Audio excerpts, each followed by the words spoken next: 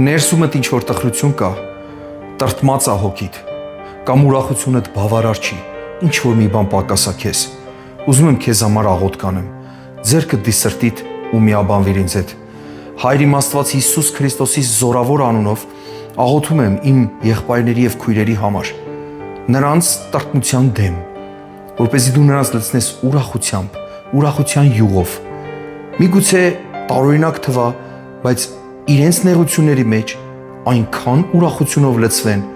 որ ուրիշ աչքերով նայեն իրենց նեղություններին ու դժվարություններին, որ գա քո ուրախությունը իբրև մի ջրվեժ, երկնային ջրվեժ ու քշի տանի ամեն տրտմություն, ամեն ցավ, ամեն տառապանք, ամեն մտքի նեղություն Հիսուս Քրիստոսի զորավոր անունով գերբնական քո աստվածային ուրախությունն է մրճակում ամեն մի եղբոր, ամեն մի քրոջ սրտի մեջ, անկախ հանգամանքներից Հիսուսի զորավոր անունով եղիր ազատ ամեն տրտմության հոգուց եւ եղիր ուրախ, ինչպես որ Աստծո խոսքն է ասում, ուրախ եղիր, դարձյալ քեզ ասում եմ, ուրախ եղիր Հիսուսի զորավոր անունով։ Ամեն։ Գիտեք, Աստծո խոսքը ոչ մի հանգամանքներից ելնելով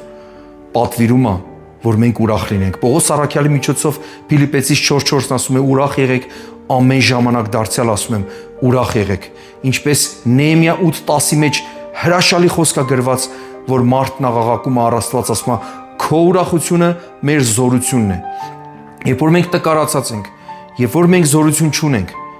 թվում է թե զորություն չունենք, այդ ժամանակ գալիս է աստվածային ուրախությունը ու մեզ զորություն է պարգևում։ Մենք մեր աչքերը բարձրացնում ենք առ Աստված, ասում ենք Տեր, քո ուրախության կարիքն ունենք։ Հենց հիմա Հիսուսի անունով եղիր ուրախ, անկախ որևէ հանգամանքից ու պարագայից, Հիսուսի անունով։ Ուղարկիր այս տեսանյութը ինչ որ մեկին, որ գիտես հնարավոր է դրա կարիքն ունի։ Աստված օրհնելով օրհնի քեզ։ Ամեն։